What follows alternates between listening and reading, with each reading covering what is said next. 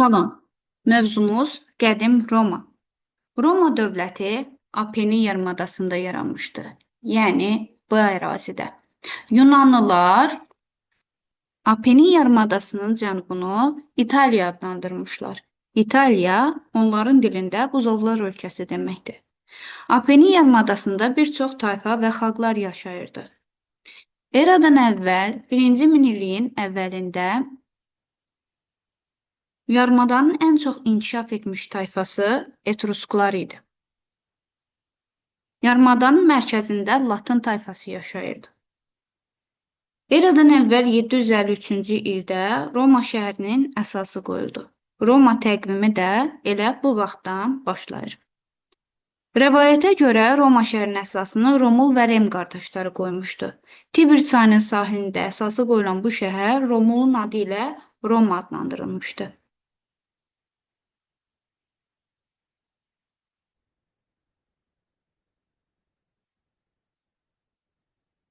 Romanın siyasi tarixi 3 dövrə bölünür. Padşahlıq dövrü, respublika dövrü və imperiya dövrü. Padşahlıq dövrü eradan əvvəl 753-cü ildən 509-cu ilə qədər,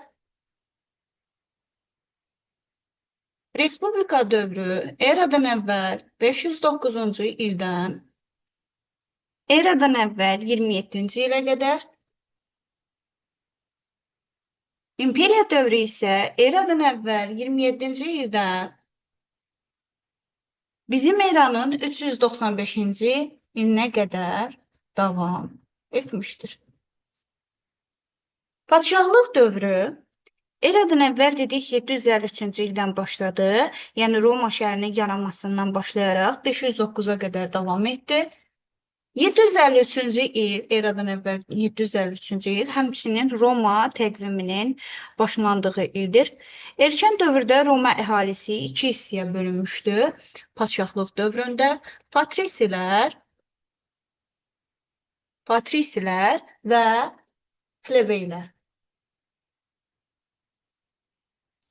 Patrisilər və plebeylər. Gəlin görək, patrisi və plebeylər kimlər idi? Padşahlıq dövründə Roma əhalisi dedik patrisilərə və plebeylərə bölündü.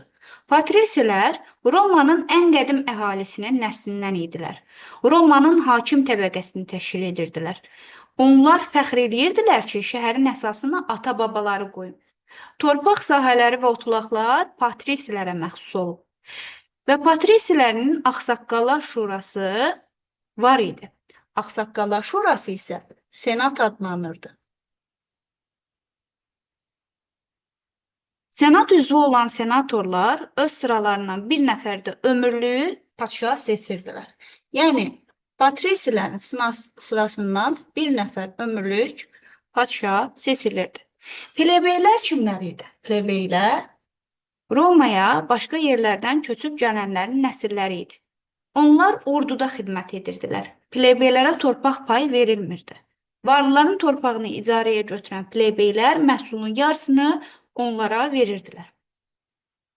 Bəs necə oldu ki, padşahlıq dövründən respublika dövrünə Roma keçid etdi? Eradan əvvəl 509-cu ildə Romalılar padşah hakimiyyətini devrirlər, üsyan qaldırırlar və devrirlər. Plebeylər respublika qurulduqdan sonra hüquqsuz qalırlar. Və plebeylər respublika qurulduqdan sonra hüquqsuz qalırlar. Onların qoşunda xidmətdən boyun qaçırması patrisiləri güzəştə getməyə vadar edir, məcbur edir. Və patrisilərlə plebeylər arasında 200 ildən artıq davam edən mübarizə nəticəsində plebeylər eradan əvvəl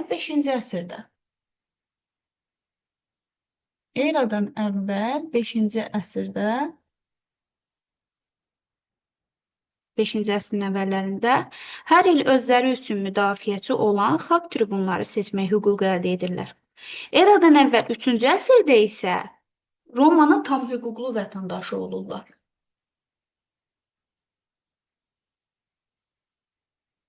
Beşinci əsrdə xalq tribunu seçə bilirdilər. 3-cü əsrdə isə Romanın tam hüquqlu vətəndaşı olurlar. Hər bir Roma vətəndaşı istənilən vəzifəyə seçilə bilərdi. Lakin vəzifəyə görə əmək haqqı verilmirdi. Buna görə də yoxsullar vəzifə tutmaq istəmirdilər. Bütün Roma vətəndaşları qanun qarşısında bərabər idi. Əslində hakimiyyət bir neçə varlı patrisi və plebey ailələrin əlində idi və vəzifələrə daha çox adlı sanlı adamlar, quldarlar seçilirdi. Ona görə də Roma Respublikası demokratik dövlətə çevrilə bilməyərək nəyə çevrilir? Zadəgan Respublikasına çevrilir. Gəlin baxaq. Azərbaycan Respublikası necə idarə olunurdu?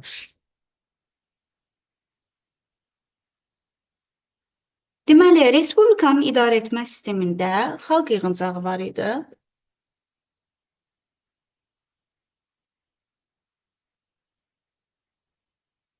İki konsul var idi.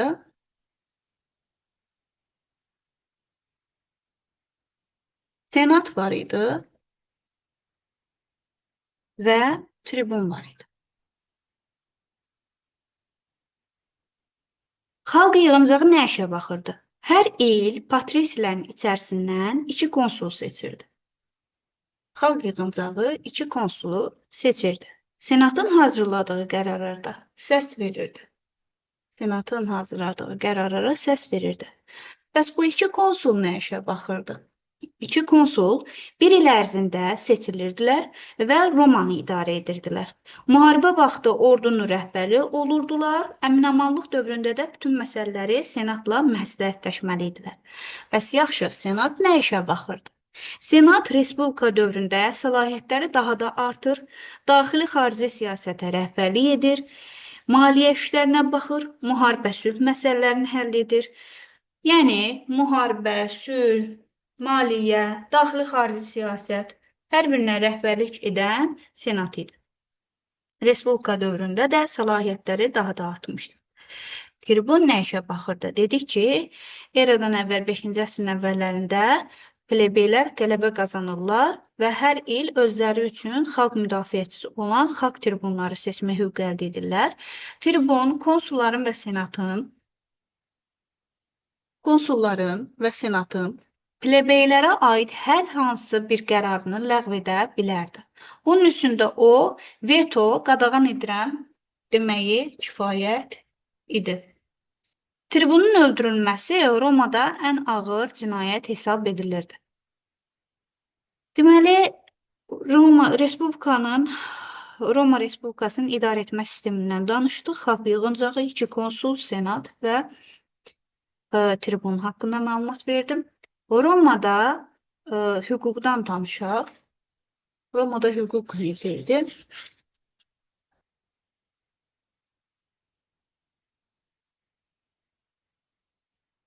Roma hüququ. Romanın ən qiymətli miraslarından biri onun hüquq sistemidir. Romanın ilk yazılı qanunlar toplusu eradan əvvəl 5-ci əsrin ortalarında qəbul edilmiş 12 lövhə qanunları idi. Sonralar bu qanunlar təkmilləşdirilir. Bəzi Roma qanunları hazırda da dünyada, həm də Azərbaycanda müasir dövrə uyğunlaşdırılaraq istifadə edilir. Roma hüququ nədir? Yəni, əksi sübuta yetirilməyənə qədər insanların təqsirsiz qalması, təqsirləndirilən şəxslərə hakim qarşısında özlərini müdafiə etməyə icazə verilməsi, hakimlərin qərar qəbul edərkən sübutlara əsaslanması Roma hüququdur. Deməli, eradan əvvəl 5-ci əsrin əvvəllərində plebeylər qələbə qazanıb xalq tribunu seçmə hüququ əldə edirlər. Eradan əvvəl 5-ci əsrin ortalarında isə 10-cu lövhə qanunları qəbul edilmişdir. İşğalçı müharibələrindən danışa bilərik Romanın. İtaliyada ondan çox tayfa yaşayırdı. Öz gücünə arxalanan Romalılar onların yaşadığı əraziləri işğal etməyə başlayırlar və senat tabe etdiyi tayfaları bir-birlə savaşdırıb onları Roma əleyhinə birləşməsinə imkan vermirdi. Senatın qaydası belə idi ki, parçala və hökmranlıq et. Bəs Roma ordusu necə təşkil olunmuşdu? Hərbi xidmətə çağırılan kəndlilərdən təşkil olunurdu Roma ordusu. 4500 nəfər döyüşçüdən ibarət olub, legion adlanırdı. Legionun əsas gücü ağır silahlı piyadalardan ibarət idi. Orduda sərt nizam hökm sürürdü. Deməli, Roma işğallarından danışarkən Pun müharibələrindən danışaq. Pun müharibəsi güclənmiş Romalılar eradan əvvəl 3-cü əsrin əvvəlində Cənubi İtaliyadakı Yunan şəhərlərini tutaraq İtaliyanın işğalına başa çatdırırlar. Roma Siciliya adasını tutmaq istəyir, lakin burada Afrikanın şimalında yerləşən qüdrətli Karfagen dövləti ilə toqquşur. Və müharibəyə başlanır. Müharibə fasilələrlə eradan əvvəl 264-cü ildən eradan əvvəl 146-cı ilə qədər davam etmişdir. Romalılar Karfagenləri Punlar adlandırdığına görə bu müharibə tarixə Pun müharibəsi adı ilə daxil olur və müharibənin gedişində Siciliya, Sardiniya və Korsika adalar Romalılar tərəfindən işğal olunmuşdu. Gəlin xəritə üzərindən onlara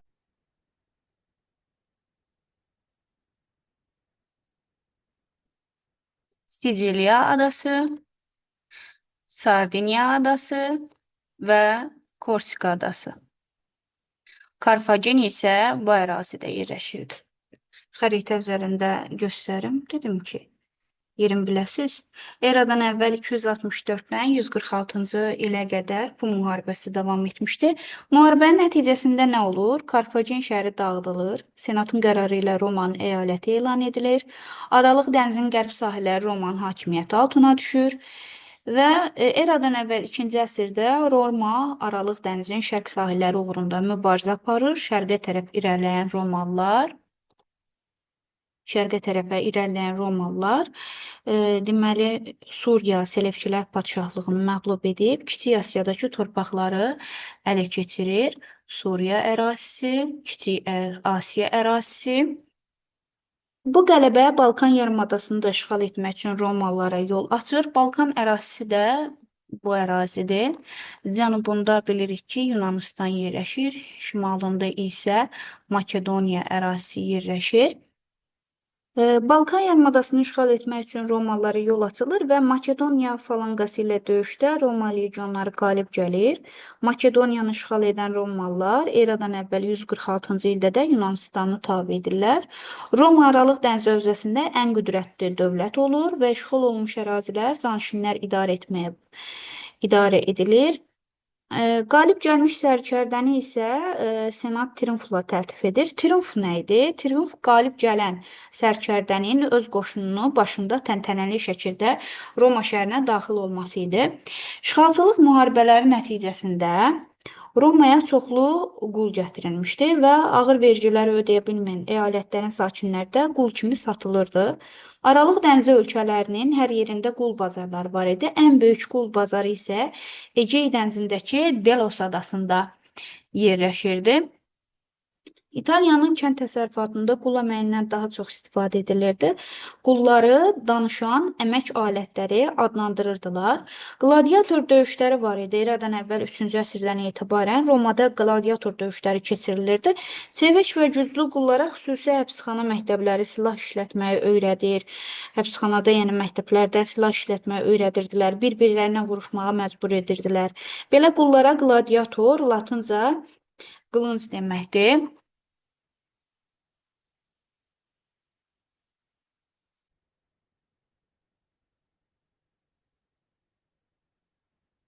Deməli, qladiator döyüşləri dedik ki, eradan əvvəl 3-cü əsrdə etibarən qladiator döyüşləri keçirilirdi. Çevik güclü qullara xüsusi həbsxana məktəblərdə silah işlətməyi, onları bir-birinə vuruşmağı öyrədirdilər, məcbur edirdilər. Qullara qladiator, latınca qılınc, yəni qladiator qılınc deməkdir. Qladiator döyüşləri üçün sirkə oxşar amfiteatrlar, yəni böyük tamaşa yeri tikirdilər. Onun mərkəzindəki qum tökülmüş meydança isə arena idi. Arenada qladiatorlar döyüşürdü. Məğlub qladiatorun taleyi tamaşaçılardan asılı idi. və onlar baş barmaqlarını qaldıranda döyüşçü sağ qalır, aşağı indirəndə isə qalib tərəfindən öldürülürdü. Qədim dünyanın heç bir ölkəsində Romada olduğu qədər qul yox idi. Romada quldarlıq quruluşu yüksək şəkildə inkişaf etmişdi. Deməli, aqrar islahatlardan danışaq. Romada qul əməyinin geniş tətbiq olunması nəticəsində kəndlər daha da yoxsullaşırdı. Qulların qüvvəsi ilə torpağın becərənməsi, məhsul əldə edilməsi çox ucuz başa gəlirdi. Buna görə də kəndlilər öz məhsullarını sata bilmir, torpaqlarını ucuz qiymətə quldarlara verirdilər. Kəndlilər torpağı itirməsi nəticəsində hərbi xidmətə çağırılanların sayı azalırdı və Roma qoşununun zəifləməsinə səbəb olurdu. Eradan əvvəl 133-cü ildə də Xalq tribunu seçilən Tiberi Qraf yeni torpaq qanunu təklifinə edir. Qanuna görə hər bir varlı Romalının torpağına məhdudiyyət qoyulurdu. Torpağın artığı alınıb yoxsullara paylanmalı idi. Kəndlilər də bu torpaq sahələrini satmaq qadağan olunurdu. Senatın etirazına baxmayaraq, xalq yığıncağı bu qanunu qəbul edir, yoxsullara torpaq paylanılmasına başlanılır. Tiberiya böhtan ataraq padşah olmaq istədiyini deyən düşmənləri onun tərəfdarları ilə birlikdə öldürürlər. Eradan əvvəl 123-cü ildə isə Eradan əvvəl 123-cü ildə isə xalq tribunu Qayqıraq, Tiberi qardaşı Qayqıraq seçilir, torpaqların paylanmasını davam etdirir, yoxsul kəndlərə dövlət anbarlarından ucuz qiymətə taxıl verməsinə nail olur. Qayin yoxsullara münasibəti senatın xoşuna gəlmədiyi üçün Romaya qoşun yeridir və küçə döyüşlərində qay tərəfdarları ilə birlikdə öldürülür. Nəticədə torpaqların paylanması dayandırıldı, kəndlərin aldığı torpaqların satılmasına icazə verən yeni qanun qəbul olundu və varlılar torpaqlarını yenidən satın almağa başladılar.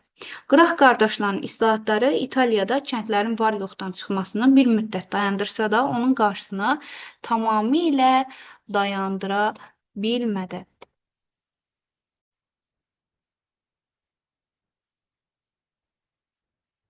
Spartak üsyanından danışaq.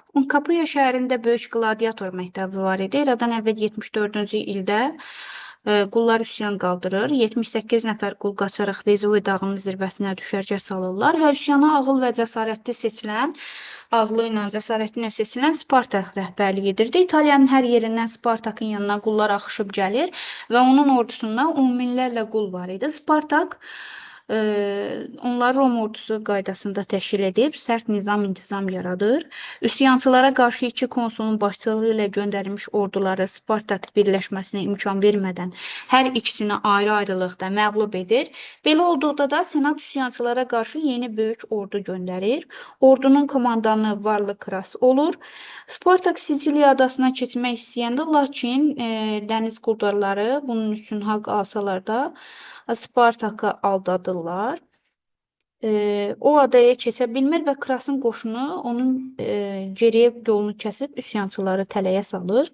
Spartak üsyançılara deyir ki, acından ölməkdənsə qılınc zərbəsindən ölmək daha yaxşıdır. Və üsyançılar Krasın ordusunu hücum edir. Eradan əvvəl 71-ci ildə baş vermiş sonuncu döyüşdə Spartak həlak olur. Qulların mərdliklə vuruşmasına baxmayaraq, Mark Krasın və Qney Pompeyin legionları tərəfindən darmadağın edilirlər. Kapuyadan Romaya gedən yol boyunca 6000 qul çarmıxa çəkilir.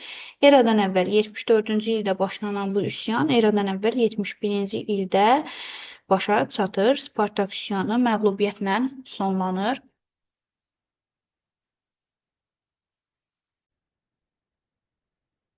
Vətəndaş müharibəsindən danışaq. Aramsız müharibələr Roma ordusunda dəyişikliyə səbəb olur. Əvvəllər kəndlilərdən ibarət olan Roma ordusu muzdardan təşkil edilməyə başlanır.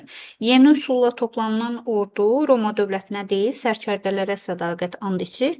Bu isə eradan əvvəl 1-ci əsrdə Romada hakimiyyətə gəlmək istəyən sərkərdələr arasında vətəndaş müharibəsinə səbəb olur. Spartak üsyanının yatırılmasından sonra Mark Kras və Qney Pompey Romada hakimiyyət uğrunda mübarizə aparır. Bu mübarizəyə qoşulan Qay Yuli Sezar özünün konsul seçilməsinə nail olur. Konsulluq müddəti başa çatdıqdan sonra da Qalliyaya canişin təyin edilir. Qalliyanı işğal etdikdən sonra da Sezar Romada ali hakimiyyəti ələ keçirmək üçün fəaliyyətə başlayır. Eradan əvvəl 49-cu ildə Sezarın qoşunları Roma üzərinə hərəkət edir, Qalliya sərhədini keçir. Respublikaya qarşı qiyam, yəni Qalliya sərhədini keçmək Respublikaya qarşı qiyam demək idi. Öz niyyətini xeyli götür-qoy edən Sezar nəhayət püş çatılmışdır deyib irəliləyir. Senat qoşunlara komandanlığı Pompeyə tapşırdı, lakin Pompey müdafiəni təşkil edə bilməmişdi. Nəticədə Sezar Romanı və İtaliyanı tutur. Pompeyin topladığı böyük ordu da Sezar tərəfindən darmadağın edilir. Mübarizədə Romada vətəndaş müharibəsi, yəni bu mübarizə Romada vətəndaş müharibəsi adlanır. Romada vətəndaş müharibəsi eradan əvvəl 49-cu ildə Pompey və Sezar arasında başlayıb, eradan əvvəl 30-cu ildə Oktavianın Antoniya qalib gəlməsi ilə başa çatır. Sezar diktaturasından danışaq. Bütün Roma Respublikasında öz hakimiyyətini qurmaq üçün Sezar Avropada, Asiyada, Afrikada müharibələr aparmışdı. Avropada, Asiyada, Afrikada müharibələr aparmışdı. Qalib gəldikdən sonra o Romaya qayıtmışdı. Senat Sezarı ömürlük diktator, yəni tam hakimiyyətə malik olan şəxs elan etmişdi. Sezar hökmdar kimi ehtiram göstərilməsini sübut edən amillər var. Nələrdir onlar? Heykəlinin tanrıların heykəlləri ilə yanaşı qoyulması, metal pulların üzərində şəklinin həkk olunması Sezara hökmdar kimi ehtiram göstərilməsini sübut edən amillərdir. Sezarın təkbaşına hakimiyyətindən narazı olan senatorlar isə eradan əvvəl 44-cü ildə ona qarşı qəsd təşkil edirlər. Respublika tərəfdarlarının hazırladığı qəsdin başında Sezarın dost hesab etdiyi Brut dururdu. Senatın iclası zamanı da qəsdçilər Sezara 23 xəncər zərbəsi vuraraq onu öldürürlər. Nəticədə Sezarın Romada daimi təkbaşına hakimiyyəti qurmaq cəhdi boşa çıxır. Eyni zamanda Respublika quruluşunda möhkəm olmadığını göstərir. Roma artıq monarxiya, irsən keçən hakimiyyətlik yoluna qədəm qoymaqda idi. İmperiya dövründən danışaq. İmperiya dövrü eradan əvvəl 27-ci ildən başlayıb bizim eranın 395-ci ilinə qədər davam etmişdi. Deməli, qəsdçilər Romada özlərinə tərəfdar tapa bilməyib qaçırlar. Sezarın köməkçisi Mark Antoni və varisi Oktavian respublikaçılara qarşı çıxaraq onları məğlub edir. Qaliblər Roma dövlətinin idarəsini öz aralarında bölüşdürürlər. Misir hökmdarı Kleopatra ilə evlənən Antoni şərq əyalətlərini idarə edir Romanın və İskəndəriyyədə yaşayır. Oktavian dövlətin qərb əyalətlərini idarə edirdi və onların arasındakı rəqabət bir müddətdən sonra müharibəyə səbəb olur. Oktavian qalib gəlir və 30-cu ildə İskəndəriyyə ərazisini tutur. Misir Romanın əyalətinə çevrilir eradan əvvəl 30-cu ildə. Bununla da Romada vətəndaş müharibəsi başa çatır. Oktavian Romanın şərqinin və qərbinin tək hakimi olur. Senat ona Avqust müqəddəs fəxri adını verir. Eradan əvvəl 27-ci ildə Roma dövləti imperiya adlanmağa başlanır. Oktavian senatın səlahiyyətlərini məhdudlaşdıraraq Romanın ilk imperatoru olur. Konsul və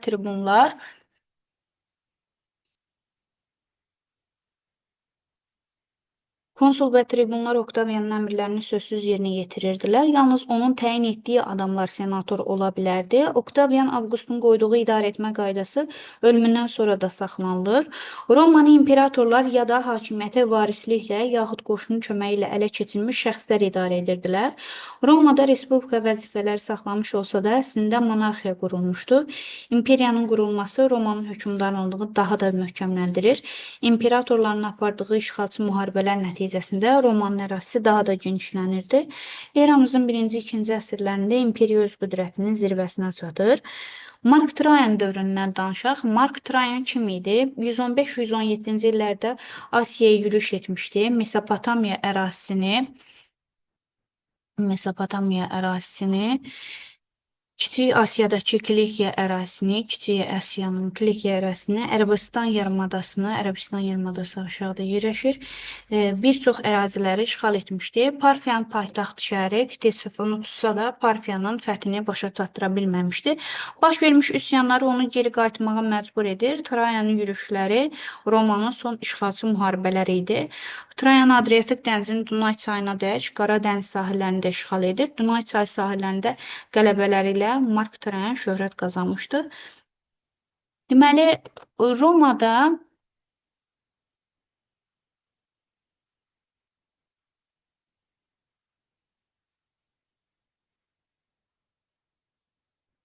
Romada qul əməyinin əsaslanan təsərrüfatın böhranından danışacağıq, quldarlıq təsərrüfatının tənəzzülündən bəhs eləyəcəyik.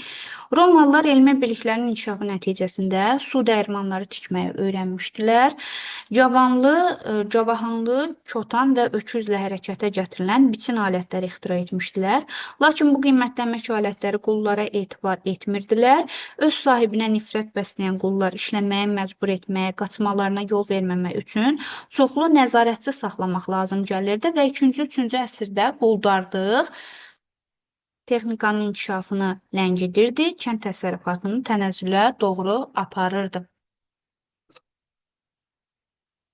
Qulların öz əməklərinə marağını artırmaq üçün isə bəzi quldarlar onlara kiçik torpaq sahələri və əmək alətləri verirdilər. Belə qullara isə daxmalı qullar deyirdilər. Azad kəndliləri isə kolonlar deyirdilər.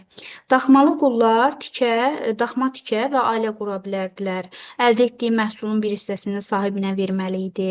Qalan məhsulu isə qulun özünə məxsus olurdu. 2-ci əsrdə qulun öldürülməsi Adrian tərəfindən qadağan edilmişdi. İri malikanə sahibləri də öz torpaqlarını kiçik sahələrə bölərək azad kəndlərə icarəyə verirdilər. Belə icarədarlara da kolonlar, əkinçi deyilirdi.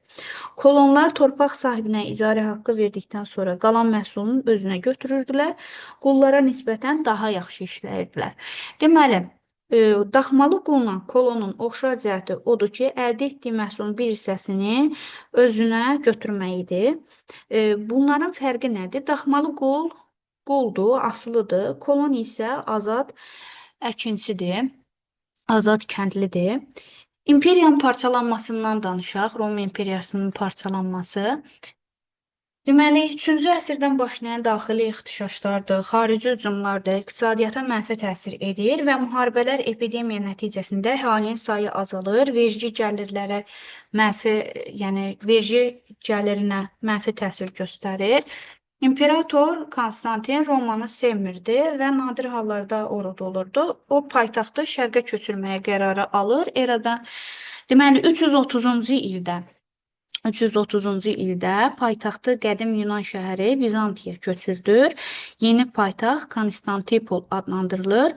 Nəhəng imperiyanı idarə etmək getdikcə çətinləşirdi. Mərkəzi hakimiyyət və əyalətlər arasındakı əlaqələr də zəifləmişdi. Yəni, barbarların bu Romanın sərhədlərinə hücumları güclənirdi. 4-cü əsrin ikinci yarısında Hunlar tərəfindən məğlub edilən Germanlar Roma imperiyasının ərazilərinə daxil olurlar. 395-ci ildə Roma imperiyası rəsmi olaraq qərb və şərq hissələrə parçalanır. Qərb və şərq hissələrinə parçalanır. Deməli, elə bu hissədən qərb və şərq hissələrə parçalanır. Paytaxtı Konstantipol olan Şərqi Roma, Bizans paytaxtı Roma şəhəri olan Qərbi Roma imperiyaları yarandı. Deməli, Bizans bu hissədədir.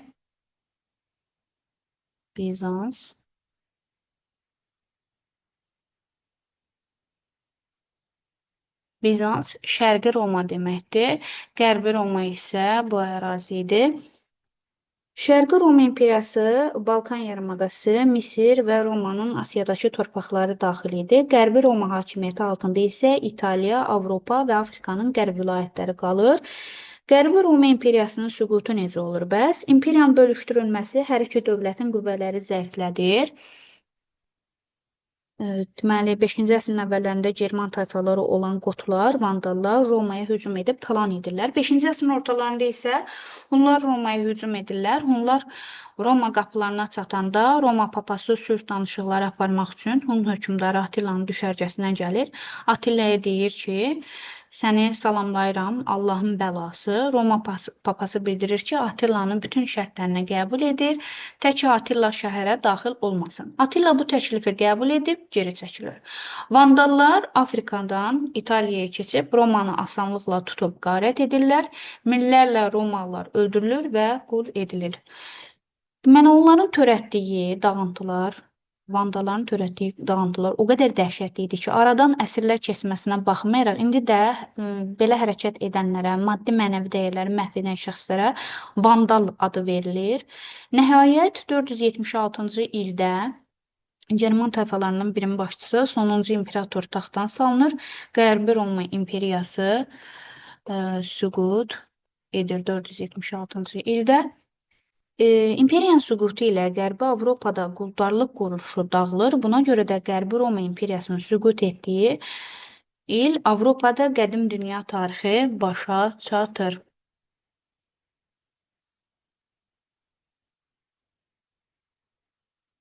Qədim Roma mədəniyyətindən danışaq. Roma Aralıq dəniz sahillərində ən iri şəhər olmaqla yanaşı, qədim dünyanın mədəniyyət mərkəzlərindən də biri olmuşdu.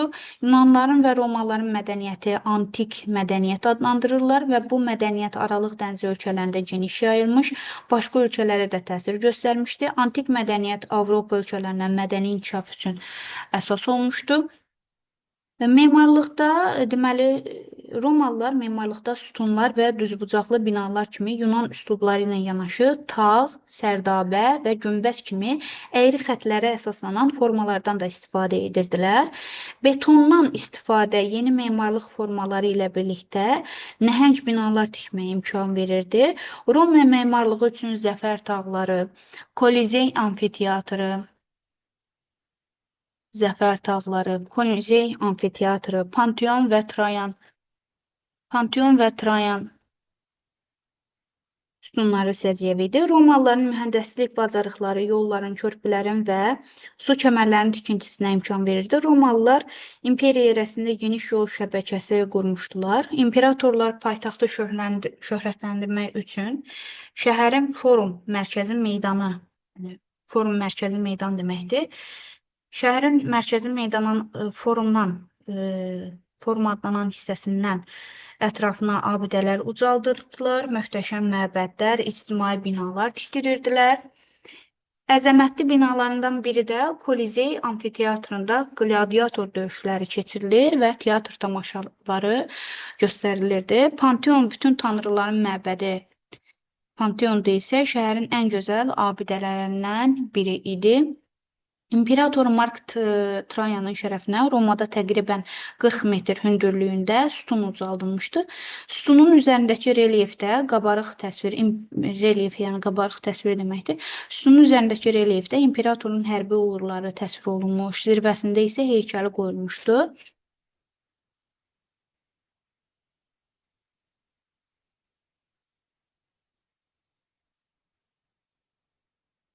Romada zəfər tağları xüsusilə də geniş yayılmışdı. Romanın əbədi qızıl şəhər və ya sadəcə şəhər adlandırırdılar. Şəhərdə isti və soyuq hovuzları olan term, hamamlar tikilirdi. Burada istirahət zalları və kitabxanalar da olurdu. Romalılar deməli, Yunan və Şərq memarlıq üsullarından geniş istifadə etmişlər. Roma memarları betonu ixtira etmişlər. Deməli, göz şəkilli örtüşlər, tağlar, arkalar, qübbələr, günbəzlər tikməyi öyrənmişdilər. Romada on minlərlə tamaşaçı tutan nəhəng sirk cıdır meydanı tikilmişdi.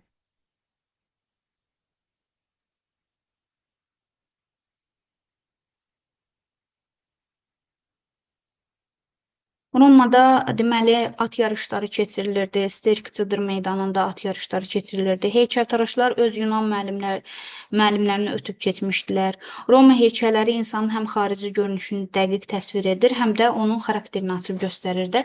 Yunan heykəllərindən Roma heykəllərinin fərqi o idi ki, Yunan heykəlləri qüsursuz şəkildə heykəlləri verirdisə, Roma heykəllərində necə varsa, xarici görünüşü necədirsə, dəqiq təsvir olunurdu. Yəni, yaşlıdırsa, həmin insan yaşlı şəklində təsvir olunurdu. Ədəbiyyatdan danışaq, Romada eradan əvvəl 1-ci əsrdən eramızın 1-ci əsrinə qədər, yəni əsrin başlanğıcından dək olan müddət Roma poeziyasının qızıl dövrü adlanır. Deməli, məşhur şair Vergili Avqustun sifarişi ilə Eniada poemasını yazmışdı. Tarixçi Plini Təbiət tarixi kitabında Aralıq dəniz sahillərində yerləşən bütün ölkələrin elmi bilikləri toplanmışdı. Tarixçi Titlivi tarixi keçmişin təcrübəsini, əxlaq dərsləri baxımından görürdü. Romada yazıdan danışaq. Yazı Romalıların yaratdığı Latın əlifbası indi də çoxlu xalqlar, eləcə də Azərbaycan xalqı da istifadə edir. Latın dili İtalyan, fransız, rumen və bəzi başqa dillər üçün də əsas olmuşdu. İndi də elmdə bitkilərə və heyvanlara Latın dilindəki adlar verilmişdi. Xəstəliklərin və dərmanların adları da Latıncadır. Deməli, Romada dindən danışaq. Romalılar çox tanrılı dinə ibadət edirdilər. Baş tanrı Yupiter hesab olunurdu. Sonralar Roma imperiyasının ərazisində xristianlıq dini yayılmağa başlayır. Xristianlıq tək tanrılı din olaraq 1-ci əsrdə Fələstində meydana gəlmişdi. Bu dinin peyğəmbəri İsa'nın nitqləri Fələstində Roma hakimiyyətini sarsıtmağa yönəlmişdi. Çünki İsa insanları tək Allaha ibadət etməyə çağırırdı. Müqəddəs kitabı isə İncil idi. Buna görə də Romalılar İsa'nı tutub ağacdan düzəldilmiş xaç üzərinə çarmıxa çəkirlər. İsa'nın davamçıları isə Xristos, Allah tərəfindən seçilmiş, özlərini isə xristianlar adlandırırdılar. Kilsə nə işə baxırdı? Kilsə xristian icmalarını birləşdirirdi. Yepiskoplar nəzarətçi tərəfindən idarə olunan xristian təşkilatı idi. Romanın baş yepiskopu isə Papa adlanırdı. İmperator Konstantin 313-cü ildə xristianlara açıq ibadət etməyə, məbədlər tikməyə icazə vermişdi. Bundan sonra isə xristianlıq Roma imperiyasının rəsmi dininə çevrilmişdi. Deməli, ilk dəfə Romalılar nələr yaratdılar? İlk dəfə respublikanı yaratdılar, betonu yaratdılar, su dəyirmanı yaratdılar, cəvahanlı kotanı yaratdılar, öküz vasitəsilə hərəkətə gətirilən biçin alətini yaratdılar. Və Roma haqqında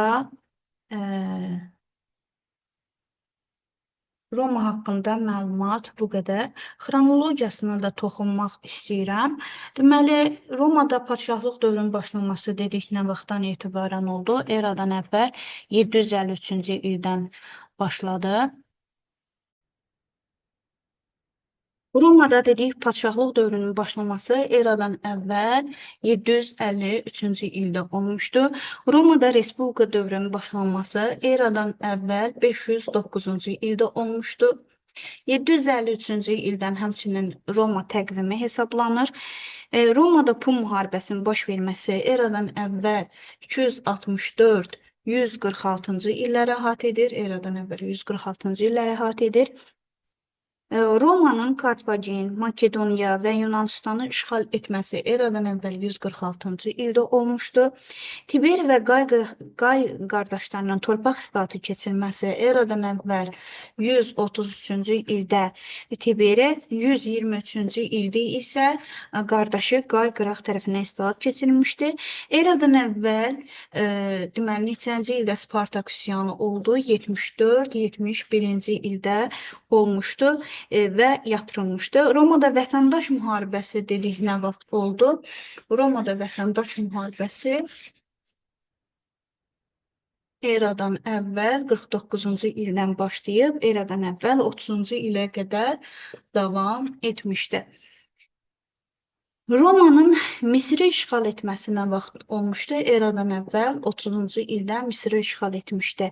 Roma özü imperiyaya nə vaxt çevrilmişdi? Eradan əvvəl 27-ci ildə imperiyaya çevrilmişdi, imperiya yaranmışdı.